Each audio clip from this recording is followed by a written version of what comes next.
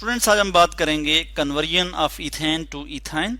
Ethane जो है ये सैचुरेटेड हाइड्रोकार्बन है और इथाइन जो है ये अनसैचुरेटेड हाइड्रोकार्बन है जिसमें कार्बन कार्बन ट्रिपल बॉन्ड है। इसकी हम कन्वर्जन देखेंगे और हम यहाँ पे देखेंगे कि एक साइकिल ऑफ चेंजेस हो रही है, यानी इथेन से इथीन किस तरह से बनेगा और फिर इथीन से इथाइन और फिर इथाइन से डायरेक्टली जो है हम देखेंगे कि इथेन जो है किस तरह इसकी फॉर्मेशन होती है। सबसे पहले हम देख लेते हैं यहाँ पे कि इथेन से इथीन हम किस तरह से बनाएंगे, किस तरह से बन सकता है। इसके लिए मैं यहाँ पे आपको दिखा देता हूँ इथेन टू इथीन ये किस तरह से बनेगा।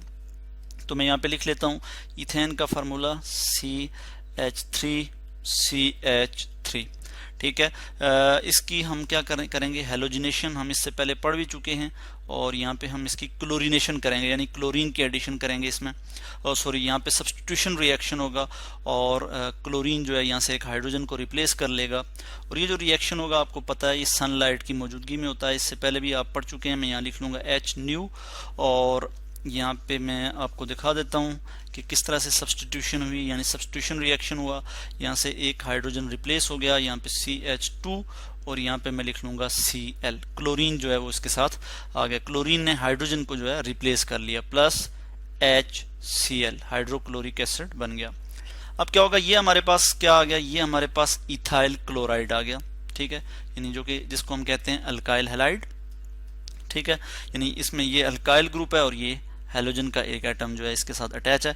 तो ये इथाइल क्लोराइड जो है इसको अब हम क्या करेंगे, इसको अगर हम जो है अल्कोहलिक पोटेशियम हाइड्रोक्साइड के साथ रिएक्ट करवाएं, अल्कोहलिक पोटेशियम हाइड्रोक्साइड KOH, और अल्कोहलिक होगा तो मैं AlC इस तरह से लिख लूँगा कि अल्कोहलिक पोटेशियम हाइड्रोक्साइड हम यूज़ करेंगे। तो इस केस में हमारे पास जो है हमारे पास जो प्रोडक्ट आ जाएगी वो क्या आ जाएगी कि ये एक एलिमिनेशन रिएक्शन होगा, जिसमें इससे पहले भी हम पढ़ चुके हैं कि जिसमें क्या होगा, दो एडजेसेंट कार्बन जो हैं इनमें से दो एटम निकलेंगे, यानी यहाँ से एक हाइड्रोजन निकल जाएगा इस कार्बन से, और इस कार्बन से ये वाला जो क्लोरीन है ये निकल जाएगा। तो यहाँ पे क्या हो जाएगा CH2, यानी यहाँ से एक हाइड्रोजन निकला, और यहाँ पे क्या हो जाएगा CH2 क्लोरीन भी निकल गया, और यहाँ पे डबल बॉन्ड जो है डबल बॉन्ड बन जाएगा, और प्लस हम यहाँ पे लिख लेंगे और क्या आ जाएगा KCl पोटेशियम क्लोराइड, और उसके बाद साथ बन जाएगा जी वाटर भी। तो हम यहाँ पे इसके साथ लिख लेंगे प्लस वाटर, बल्कि वाटर को मैं यहाँ पे नीचे लिख लूँगा प्लस H2O, प्लस वाटर जो है हमारे पास बन गया। तो इस तरह से हमने देखा कि हमारे पास क्या आ गया जी कि इथीन जो है वो प्रिपेयर हो गया। इथेन से हमने इथीन को किस तरह से कन्वर्ट किया, पहले हमने उसकी हेलोजिनेशन की, वो अल्काइल हैलाइड में कन्वर्ट हुआ। अल्काइल हैलाइड को हमने अल्कोहलिक पोटेशियम हाइड्रोक्साइड के साथ जब ट्रीट किया तो हमारे पास जो प्रोडक्ट आया वो क्या आया, ईथीन, ETHENE ईथीन। और अब हम देखेंगे कि इथीन के बाद इथीन से हमने इथाइन को प्रिपेयर करना है, तो किस तरह से करेंगे। अब हम सेकंड स्टेप आप यूँ समझें कि हम जाएंगे कि हम इथीन से इथाइन को किस तरह से प्रिपेयर करेंगे, ठीक है। हम सेकंड रिएक्शन देखेंगे। अभी तक हमने देखा है कि इथीन जो है ये हमारे पास प्रिपेयर हो गया है, तो मैं इसको यहाँ पे लिख लूँगा कि ये इथीन, और इसको हम किस तरह से इथाइन में कन्वर्ट कर सकते हैं कि अगर हम इसकी हेलोजिनेशन करें, या हम इसको कहते हैं इसकी ब्रोमिनेशन करें, ब्रोमीन इसमें ऐड करें, ठीक है, Br2, और ये हमारे पास क्या बन जाएगा जी, हमारे पास ये हमारे पास प्रोडक्ट क्या आ जाएगी। मैं इस प्रोडक्ट को अब यहाँ पे आपको दिखा देता हूँ कि ब्रोमीन जो है वो इसमें ऐड हो जाएगा। अनसैचुरेशन टेस्ट के लिए भी हम यूज़ करते हैं, ठीक है, ब्रोमीन वाटर जो है हम यूज़ करते हैं। अगर कोई भी हाइड्रोकार्बन कोई अनसैचुरेटेड हाइड्रोकार्बन है तो उसमें हम ये अनसैचुरेशन टेस्ट करने के लिए ब्रोमीन वाटर के साथ उसे ट्रीट करते हैं, तो वो ब्रोमीन जो है उसका कलर डीकलराइज हो जाता है, ठीक है, ब्राउनिश सा इसका कलर होता है, तो वो डीकलराइज हो जाता है। तो हम कहते हैं कि ये कोई भी जो हमारे पास हाइड्रोकार्बन था वो क्या था जी, वो अनसैचुरेटेड हाइड्रोकार्बन था। तो यहाँ पे दो ब्रोमीन यहाँ पे ऐड हो जाएंगे, Br और Br, यानी हमारे पास प्रोडक्ट क्या आ गई 1,2 डाइब्रोमो इथेन, और यहाँ पे ये डबल बॉन्ड यहाँ से ख़त्म हो जाएगा, ठीक है, क्योंकि डबल बॉन्ड ख़त्म हुआ तो यहाँ पे दो ब्रोमीन जो है ऐड हो गए। तो ये हमारे पास क्या प्रोडक्ट आ जाती है, यहाँ पे मैं लिख भी सकता हूँ 1 फिर कामा 2, फिर मैं लिखूंगा dibromo ethane ETHANE 1,2 dibromo ethane, ये इसका जो है वो नाम आ जाता है, IUPAC नेम। ठीक हो गया। तो अब हमने ये देख लिया। अब क्या होगा, 1,2 डाइब्रोमो इथेन, इसको हम फिर उसी तरह से ट्रीट करेंगे जी अल्कोहलिक पोटेशियम हाइड्रोक्साइड से, जिस तरह से हमने ऊपर जो है देखा है, यहाँ पे ट्रीट किया है। तो हम यहाँ पे इसी तरह लिख लेंगे और पोटेशियम हाइड्रोक्साइड जो है अल्कोहलिक पोटेशियम हाइड्रोक्साइड यूज़ करेंगे, और इसको मैं यहाँ पे शो कर लूँगा। यहाँ पे मैं लिख लूँगा प्लस, और ये 2 मॉलिक्यूल पोटेशियम हाइड्रोक्साइड के इसके साथ रिएक्ट करेंगे। यहाँ पे मैं इसको 2 लिख लूँगा, और ये हमारे पास प्रोडक्ट क्या आ जाएगी, CH।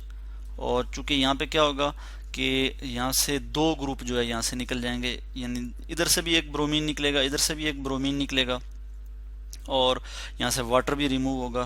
तो ये हमारे पास कार्बन कार्बन जो है वो इस तरह से क्या आ जाएगा, हमारे पास ट्रिपल बॉन्ड आ जाएगा, और एक कार्बन ये, और फिर ये हाइड्रोजन। ठीक है, यानी यहाँ से एक हाइड्रोजन भी निकलेगा और ब्रोमीन भी निकलेगा, इधर से एक हाइड्रोजन भी निकलेगा और ब्रोमीन भी यहाँ से रिमूव होगा। तो हमारे पास क्या बन जाएगा, कार्बन कार्बन ट्रिपल बॉन्ड, यानी हमारे पास इथाइन की फॉर्मेशन हो जाएगी, इथाइन। ठीक हो गया। और इसके बाद हम यहाँ पे देखते हैं कि हमारे पास 2 मॉलिक्यूल आ जाएंगे KBr के, पोटेशियम ब्रोमाइड, और प्लस जो है वो वाटर भी हमारे पास आ जाएगा H2O।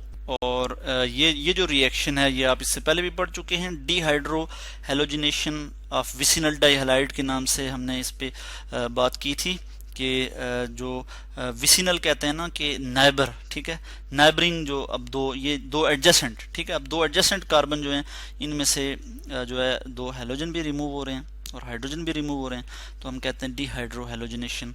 तो ये डिहाइड्रो हेलोजिनेशन ऑफ विसिनल डाइहैलाइड हमने रिएक्शन पढ़ा था। तो इस तरह से यहाँ पे हमारे पास इथाइन जो है वो प्रिपेयर हो गया। अब हम नेक्स्ट देखेंगे कि इथाइन से हम डायरेक्टली इथेन में कैसे जा सकते हैं, यानी पूरा एक साइकिल हम देखेंगे कि हम इथेन से डायरेक्टली इथाइन जो है हम किस तरह से प्रिपेयर कर सकते हैं। तो मैं यहाँ लिखूंगा इथाइन। अब हमने किसकी कन्वर्जन देखनी है, ethyne to ethane, ETHANE, ethane. ठीक हो गया। तो इसकी हम बात करेंगे, और इसमें हम ये हमारे पास थर्ड टाइप है, मैं बल्कि इधर 3 लिख लेता हूं। तो इसमें क्या होगा कि हमारे पास इथाइन आ गया, C triple bond, C hydrogen, और इसी तरह एक हाइड्रोजन ये आ गया। हम अब क्या करेंगे, इससे पहले हम पढ़ भी चुके हैं कि हम अगर इसकी हाइड्रोजिनेशन करें, और तो ये हमारे पास क्या प्रोडक्ट आ जाएगा, हम इसकी हाइड्रोजिनेशन करेंगे, हाइड्रोजन की एडिशन करेंगे in the presence of catalyst, निकल हम यूज करेंगे, और यहाँ पे मैं लिख लूंगा H2। तो इसकी हाइड्रोजनेशन होगी। इससे पहले हम ये रिएक्शन पढ़ चुके हैं। तो हमारे पास ये क्या प्रोडक्ट आ जाएगी, CH2 double bond CH2, ethene जो है हमारे पास आ जाएगा, ETHANE इथीन। मगर ये जो है ये रिएक्शन कंटिन्यूसली होगा और मजीद जो है इसकी हाइड्रोजनेशन होगी, यानी ये स्टॉप नहीं होगा रिएक्शन। ठीक है, अनलेस कि हम इसकी कोई कंडीशन जो है वो चेंज ना करें, तो ये रिएक्शन इसी तरह प्रोसीड होगा, यानी H2 हाइड्रोजन गैस जो है हाइड्रोजन इसमें ऐड होगा और निकल की मौजूदगी में होगा। निकल जो है वो एज अ कैटलिस्ट यूज हो रहा है, जो कि रिएक्शन की स्पीड को बढ़ा देता है, कैटलिस्ट का ये रोल है। और यहाँ पे हम देखेंगे कि ये अब इसमें से मजीद अनसेचुरेशन जो है वो ख़त्म हो जाएगी, यानी इथीन से ये क्या बन जाएगा, इथेन बन जाएगा, C। अब क्या हो जाएगा, यहाँ पे H, एक हाइड्रोजन यहाँ पे, एक हाइड्रोजन यहाँ पे, एक यहाँ पे, इसी तरह एक हाइड्रोजन यहाँ पे आ जाएगा, यानी हमने क्या प्रिपेयर कर लिया, इथेन। अब इथीन से क्या बन गया, इथेन। बिल्कुल उसी तरह से कि हमने सबसे पहले क्या किया था, इथेन से इथीन, और फिर इथीन से जो है हमने इथाइन की फॉर्मेशन देखी थी। यहाँ पे हमने इथाइन से इथीन बनाया। ठीक है, हम इसको हीट भी करेंगे, यहाँ पे मैं इस तरह हीट भी लिख लूँगा कि हम इसमें इसको हीट भी करते हैं। ये रिएक्शन इससे पहले आप देख चुके हैं। तो इथीन बना और इथीन से फिर जो है हमारे पास इथेन आ गया। तो इस तरह से आज हमने डिस्कस किया, एक कन्वर्जन डिस्कस की, जिसमें हमने देखा कि इथेन से इथाइन कैसे बनता है और फिर इथाइन से इथेन जो है किस तरह से आता है।